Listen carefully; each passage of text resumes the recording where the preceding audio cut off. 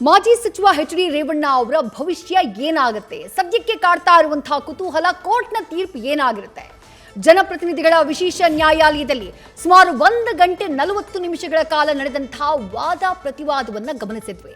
ಈಗ ಎಚ್.ಡಿ. ರೇವಣ್ಣ ಅವರ ಭವಿಷ್ಯ ಏನಾಗಬಹುದು ಅನ್ನುವಂತಹ ಕುತೂಹಲ. ಈ ರಾಜ್ಯದ ಮಾಜಿ ಸಚಿವರು ಜೊತೆಗೆ ಮಾಜಿ ಪ್ರಧಾನಿಗಳ ಮಗ ಕೋರ್ಟ್ನ ಆದೇಶಕ್ಕಾಗಿ ಕಾಯ್ತಿದ್ದಾರೆ. ಯಾವ ರೀತಿಯಾದಂತಹ ತೀರ್ಪು ಬರಬಹುದು? ಮಧ್ಯಂತರ ಜಾಮೀನು ಮಂಜೂರಾಗುತ್ತಾ? ತಾತ್ಕಾಲಿಕವಾದಂತಹ ರಿಲೀಫ್ ಪ್ರಕರಣಕ್ಕೆ ಸಂಬಂಧಪಟ್ಟ ಹಾಗೆ ಸಿಗುತ್ತಾ ಅನ್ನುವಂಥ ನಿರೀಕ್ಷೆಯಲ್ಲಿದ್ದಾರೆ.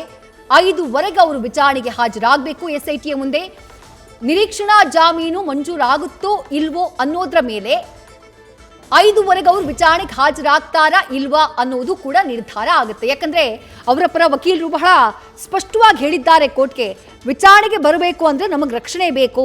ರಕ್ಷಣೆ ಯಾವ ರೀತಿ ಅಂದ್ರೆ ಮಧ್ಯಂತರ ಜಾಮೀನನ್ನ ನೀವು ನೀಡಬೇಕು, ಅರೆಸ್ಟ್ ಆಗೋದ್ರಿಂದ ರಕ್ಷಣೆಯನ್ನ ನೀಡಬೇಕು. ಹಾಗಾಗಿ ನೀವೇನಾದ್ರೂ ಮಧ್ಯಂತರ ಜಾಮೀನನ್ನ ನೀವು ಮಂಜೂರು ಮಾಡಿದ್ರೆ ಖಂಡಿತವಾಗಿಯೂ ನನ್ನ ಕಕ್ಷಿದಾರರು 5ವರೆಗೆ ವಿಚಾರಣೆಗೆ ಅವರು ಹಾಜರಾಗ್ತಾರೆ ಅನ್ನುವಂಥದ್ದನ್ನು ಬಹಳ ಸ್ಪಷ್ಟವಾಗಿ ಉಲ್ಲೇಖ ಮಾಡಿದ್ದಾರೆ. ಇಲ್ಲ ಅಂತಂದ್ರೆ ನಿರೀಕ್ಷಣಾ ಜಾಮೀನು ಸಿಗದೇ ಇದ್ರೆ ವಿಚಾರಣೆಗೆ ಹಾಜರಾಗುವುದಕ್ಕೆ ಸಾಧ್ಯ ಇಲ್ಲ ಅನ್ನುವಂಥದ್ದನ್ನು ಕೂಡ ಕೋರ್ಟ್ನ ಮುಂದೆ ತಮ್ಮ ವಾದವನ್ನ ಮಂಡನೆ ಮಾಡುವಂತಹ ಸಂದರ್ಭದಲ್ಲಿ ಉಲ್ಲೇಖಿಸಿದ್ದಾರೆ. ಎಚ್.ಡಿ. ರೇವಣ್ಣ ಅವರ ಪರ ವಕೀಲರಾಗಿರುವಂತಹ ಮೂರ್ತಿ ಡಿ ನಾಯಕ್. ಸುದೀರ್ಘ 1 ಗಂಟೆ 40 ನಿಮಿಷದ ಕಾಲ ನಡೆದಂತಹ ವಿಚಾರಣೆ. ಎಚ್.ಡಿ. ರೇವಣ್ಣ ಅವರಿಗೆ ಇದು ನಿಜಕ್ಕೂ ಒಂದು ರೀತಿಯಾದಂತಹ ಬಹಳ ಕ್ರೂಷಿಯಲ್ ಸನ್ನಿವೇಶ.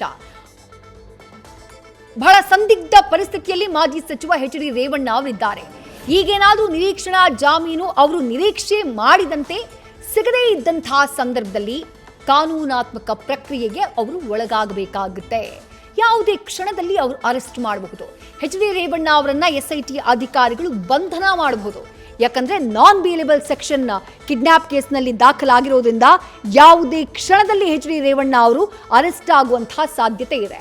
ಆ ಕಾರಣಕ್ಕಾಗಿಯೇ ಅವರು ನಿರೀಕ್ಷಣಾ ಜಾಮೀನಿನ ಮೊರೆಯನ್ನ ಹೋಗಿದ್ದು. ಕೋರ್ಟ್ ಏನಾದರೂ ನಿರೀಕ್ಷಣಾ ಜಾಮೀನನ್ನ ಮಂಜೂರು ಮಾಡಿದ್ರೆ ಆಗ ಸೇಫ್ ಆಗಬಹುದು ಅರೆಸ್ಟ್ ಆಗೋದ್ರಿಂದ ಅನ್ನುವಂಥದ್ದು ಅವರ ಆಲೋಚನೆ. ಅದೇ ಕಾರಣಕ್ಕಾಗಿ ನಿರೀಕ್ಷಣಾ ಜಾಮೀನಿಗೆ ಸಂಬಂಧಪಟ್ಟ ಹಾಗೆ ಈ ಅರ್ಜಿಯ ತೀರ್ಪಿಗೆ ಸಂಬಂಧಪಟ್ಟ ಹಾಗೆ ಅವರು ಕೂಡ ವೇಟ್ ಮಾಡ್ತಿದ್ದಾರೆ. ಯಾವುದೇ ಕ್ಷಣದಲ್ಲಿ ಕೋರ್ಟ್ನಿಂದ ಆದೇಶ ಬರುವಂತಹ ಸಾಧ್ಯತೆ ಇದೆ. ಸುದೀರ್ಘ 1.5 ಗಂಟೆಗಳ ಕಾಲ ವಿಚಾರಣೆಯನ್ನ ನಡೆಸಿದಂತಹ ನ್ಯಾಯಾಧೀಶರು ತೀರ್ಪನ್ನ ಕಾಯ್ದಿರಿಸಿ ಕೆಲ ಕಾಲ ವಿಚಾರಣೆಯನ್ನ ಮುಂದೂಡಿಕೆ ಮಾಡಿದ್ರು. ಸದ್ಯ ಆದೇಶವನ್ನ ಅವರು ಬರೆಸಿದ್ದಾರೆ. ಯಾವುದೇ ಮೊಮೆಂಟ್ನಲ್ಲಿ ಕೋರ್ಟ್ ಪ್ರೊಸೀಡಿಂಗ್ ಮತ್ತೆ ಆರಂಭ ಆಗಿ ನ್ಯಾಯಾಧೀಶರ ತೀರ್ಪು ಏನು ಅನ್ನೋದು ಪ್ರಕಟ ಆಗುತ್ತೆ. ಬಹಳ ಗಂಭೀರವಾದಂತಹ ವಿಚಾರಗಳನ್ನ ಈ ವಿಚಾರಣೆಯ ಸಂದರ್ಭದಲ್ಲಿ ಎರಡೂ ಕಡೆ ವಾದ ಪ್ರತಿವಾದ ಮಾಡುವಂತಹ ಸಂದರ್ಭದಲ್ಲಿ ಉಲ್ಲೇಖ ಮಾಡಿದ್ದನ್ನ ನೀವು ಗಮನಿಸಿದ್ರಿ. ಮೊದಲನೇದಾಗಿ KR ನಗರ ಸ್ಟೇಷನ್ನಲ್ಲಿ ದಾಖಲಾಗಿರುವಂತಹ ಆ FIRನ ಬಗ್ಗೆಯೇ ಎಚ್.ಡಿ. ರೇವಣ್ಣ ಅವರ ಪರ ವಕೀಲರು ಆಕ್ಷೇಪಣೆಯನ್ನ ಸಲ್ಲಿಸಿದ್ರು. ಯಾವುದೇ ರೀತಿಯಾದಂತಹ ಉಲ್ಲೇಖ ಎಚ್.ಡಿ. ರೇವಣ್ಣ ಅವರ ಬಗ್ಗೆ ಇಲ್ಲದೇ ಇದ್ರು ಅಥವಾ ಆ 364A ಸೆಕ್ಷನ್ಗೆ ಸಂಬಂಧಪಟ್ಟ ಹಾಗೆ ಯಾವ ಸಂದರ್ಭದಲ್ಲಿ ಆ ಸೆಕ್ಷನ್ನ ಹಾಕಲಾಗುತ್ತೆ ಅನ್ನೋದನ್ನ ಉಲ್ಲೇಖ ಮಾಡಿದಂತಹ ಎಚ್.ಡಿ. ರೇವಣ್ಣ ಪರ ವಕೀಲರು ಅಂಥ ಯಾವುದೇ ಅಂಶಗಳು FIRನಲ್ಲಿ ಇಲ್ಲದೇ ಇದ್ರು, ಪ್ರೈಮಾಫಿಸಿಯಲ್ಲಿ ಯಾವುದೇ ರೀತಿಯಾದಂತಹ ಪ್ರೈಮಾಫಿಸಿ ಇಲ್ಲದೇ ಇದ್ರು, ಅಂದ್ರೆ ಪ್ರೈಮಾಫಿಸಿ ಕಾಣಿಸ್ತೇ ಇದ್ರು, ಅಂದ್ರೆ ಮೇಲ್ನೋಟಕ್ಕೆ ಯಾವುದೇ ರೀತಿಯಾದಂತಹ ಸಾಕ್ಷಿಗಳು ಈ ಕಿಡ್ನಾಪ್ಗೆ ಸಂಬಂಧಪಟ್ಟ ಹಾಗೆ ಎಚ್.ಡಿ. ರೇವಣ್ಣ ಅವರ ವಿರುದ್ಧ ಲಭ್ಯ ಆಗದೇ ಇದ್ರು, ಪ್ರಾಥಮಿಕ ಸಾಕ್ಷಿಗಳು ಲಭ್ಯ ಆಗದೇ ಇದ್ರೂ ಕೂಡ 364A ಸೆಕ್ಷನ್ನ ದಾಖಲು ಮಾಡಿದ್ದಾರೆ. ಅದು ಕೂಡ ರಾತ್ರೋರಾತ್ರಿ ದಾಖಲು ಮಾಡಿರೋದು.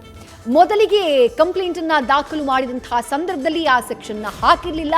ಬಟ್ ಅದಾದಂತಹ ನಂತರದಲ್ಲಿ ರಾತ್ರೋರಾತ್ರಿ ಸೆಕ್ಷನ್ನ ಆಡ್ ಮಾಡುವಂತಹ ಕೆಲಸ ಆಗಿದೆ ಅನ್ನುವಂಥ ಆರೋಪವನ್ನ ಮಾಡ್ತಾರೆ ಎಚ್.ಡಿ. ರೇವಣ್ಣ ಅವರ ಪರ ವಕೀಲ ಮೂರ್ತಿ ಡಿ ನಾಯಕ್ ಅವರು. ಇದಕ್ಕೆ ಆಕ್ಷೇಪಣೆಯನ್ನ ವ್ಯಕ್ತಪಡಿಸ್ತಾರೆ.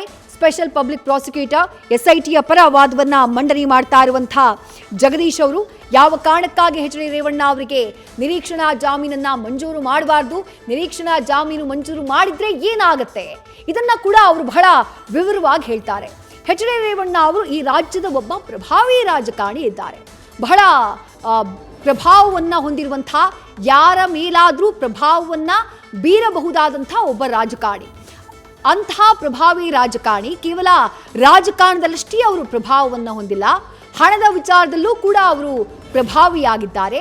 ಹಾಗಾಗಿ ಅವರು ಏನು ಬೇಕಾದರೂ ಮಾಡಬಹುದು ತಮ್ಮನ್ನ ರಕ್ಷಣೆ ಮಾಡ್ಕೊಳ್ಳೋದಕ್ಕೆ ಅಥವಾ ತಮ್ಮ ಪುತ್ರನನ್ನ ರಕ್ಷಣೆ ಮಾಡ್ಕೊಳ್ಳೋದಕ್ಕೆ.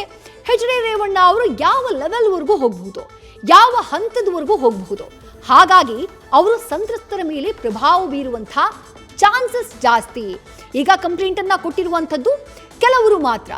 ಈ ಮಹಿಳೆ ಏನು ಕಿಡ್ನಾಪ್ ಆಗಿದ್ದಾರೆ ಅದೇ ರೀತಿ ಬೇರೆ ಸಂತ್ರಸ್ತಿಯರಿಗೂ ಕೂಡ ಆಗಿರುವಂಥ ಅನುಮಾನ ನಮಗಿದೆ. ಹಾಗಾಗಿ ಅವ್ರಿಗೇನಾದರೂ ಈಗ ನಿರೀಕ್ಷಣಾ ಜಾಮೀನು ಮಂಜೂರು ಮಾಡಿದ್ದೇ ಆದಲ್ಲಿ ಅವರು ಪ್ರಭಾವವನ್ನು ಬೀರುವಂತಹ ಚಾನ್ಸಸ್ ಜಾಸ್ತಿ. ಸಂತ್ರಸ್ತಿಯರ ಮೇಲೆ ಅವರು ಪ್ರಭಾವವನ್ನು ಬೀರಬಹುದು ಅಥವಾ ಸಂತ್ರಸ್ತಿಯರು ಕಂಪ್ಲೇಂಟ್ ಕೊಡುವುದಕ್ಕೆ ಮುಂದಾಗದೇ ಇರೋ ರೀತಿ ಭಯವನ್ನ ಹುಟ್ಟಿಸುವಂತಹ ಕೆಲಸವನ್ನ, ಪ್ರಭಾವವನ್ನು ಬೀರುವಂತಹ ಕೆಲಸವನ್ನ ಎಚ್ ಡಿ ರೇವಣ್ಣ ಅವರು ಮಾಡಬಹುದು.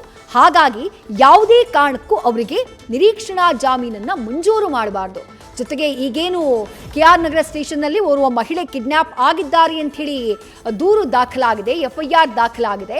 ಅದೇ ರೀತಿ ಬೇರೆ ಮಹಿಳೆಯರಿಗೂ ಕೂಡ ಆಗಿರುವಂತಹ ಸಾಧ್ಯತೆಗಳಿದ್ದಾವೆ. ಹಾಗಾಗಿ ನಾವು ಆ ಮಹಿಳೆಯನ್ನ ಮೊದಲಿಗೆ ಐಡೆಂಟಿಫೈ ಮಾಡಬೇಕಾಗಿದೆ. ಆ ಮಹಿಳೆಯನ್ನ ಪತ್ತೆ ಹಚ್ಚುವಂತಹ ಕೆಲಸದಲ್ಲಿ SIT ಟೀಮ್ ಹಗಲು ರಾತ್ರಿ ಶ್ರಮವನ್ನು ಹಾಕ್ತಾ ಇದೆ. ಹಗಲು ರಾತ್ರಿ ಆ ಮಹಿಳೆಗಾಗಿ ಹುಡುಕಾಟ ಮಾಡುವಂತಹ ಕೆಲಸವನ್ನ SITಯ ಟೀಮ್ ಮಾಡ್ತಾ ಇದೆ. ಆ ಮಹಿಳೆಯ ರಕ್ಷಣೆ ಮಾಡುವಂಥದ್ದು ನಮ್ಮ ಮೊದಲ ಪ್ರಯಾರಿಟಿ. ನಾವು ಆಕೆಯನ್ನ ರಕ್ಷಣೆ ಮಾಡಬೇಕು. ಆಕೆಯನ್ನ ರಕ್ಷಣೆ ಮಾಡಿ ಆಕೆಯಿಂದ ನಾವು ಹೇಳಿಕೆಯನ್ನ ಪಡಿಬೇಕು. ಆಕೆಯನ್ನ ರಕ್ಷಣೆ ಮಾಡಿದಂಥ